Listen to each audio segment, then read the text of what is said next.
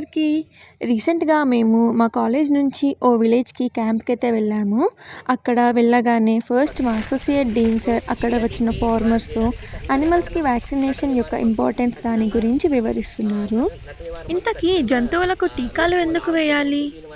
టీకాలు జంతువులను ప్రమాదకరమైన రోగాల నుంచి కాపాడే రక్షణ గోడలు లాంటివి. ఉదాహరణకు గాలికుంటు జబ్బవ్యాధి. ఇవి ఒక జంతువుకు వచ్చింది అంటే మొత్తం మందలో వ్యాపించే ప్రమాదం ఉంటుంది.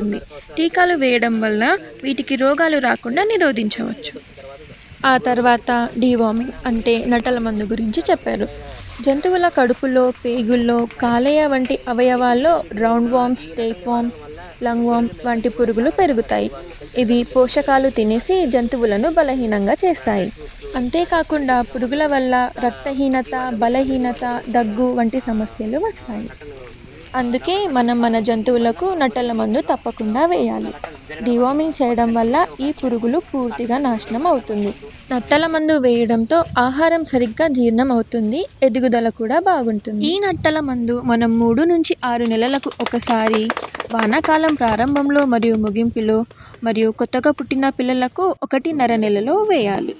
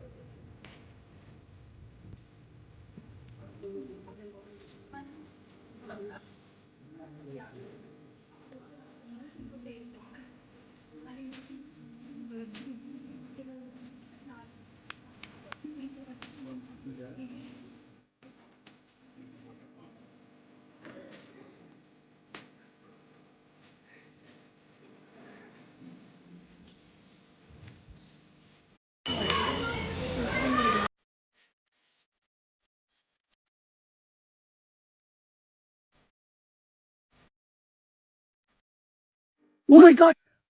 ఓ షిట్! నాయనా flash man! Oh my god! అన్న నమ్మలేకపోతున్నాను అన్న.